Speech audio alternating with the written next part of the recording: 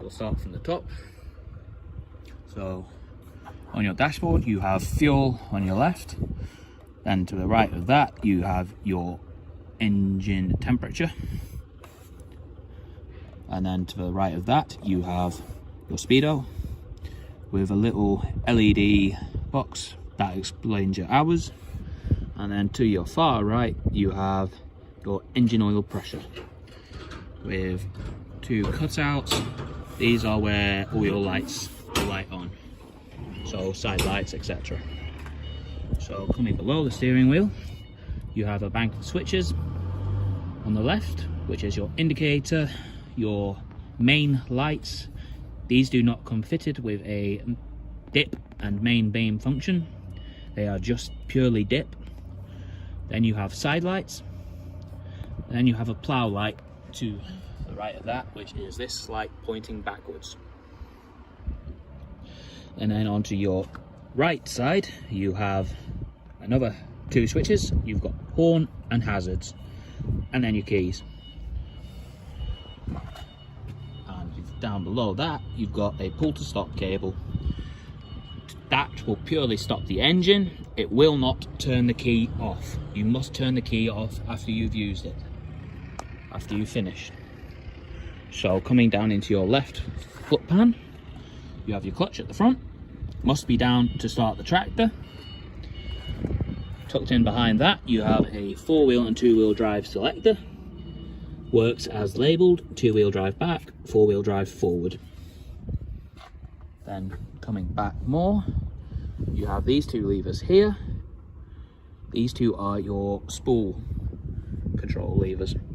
You have two flow and returns, or double acting spools as they're also referred to.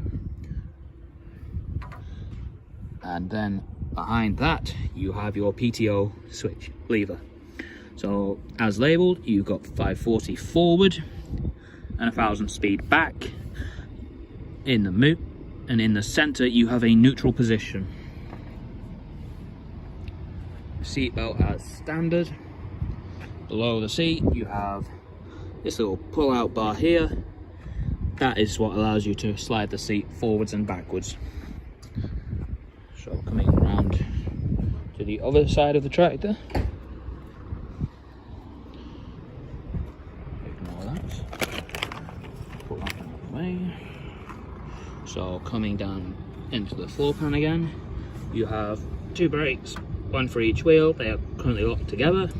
You can unlock them purely by flicking this over, and then you've got two independent brakes for reference for each side, and then pull that switch back over to lock them two together. Below that you have a accelerator, that is a foot accelerator, and also to the left of the brake you have this lever here. This is your handbrake. So push your brakes down, and then this bar here will lock into one of those grooves. So on this particular model, this is a shuttle. So you have your backwards and forwards motion lever. Up mounted on the wing you have this is a hand throttle, so this will allow you to keep the engine at a constant rev. Down below that you have a diff lock, as labelled, engage and disengage. So if you want to use it, push it down and it will lock in, and once you're done, stop the tractor, put it in reverse and it will pop back up. Behind that you have a raise and lower lever. This is for your 3-point linkage at the back of the tractor. So coming into the centre, you have a high and low as labelled, back for high, forward for low, and then you've got a 4-speed transmission gear stick as labelled. So coming to the back of the tractor, you have your two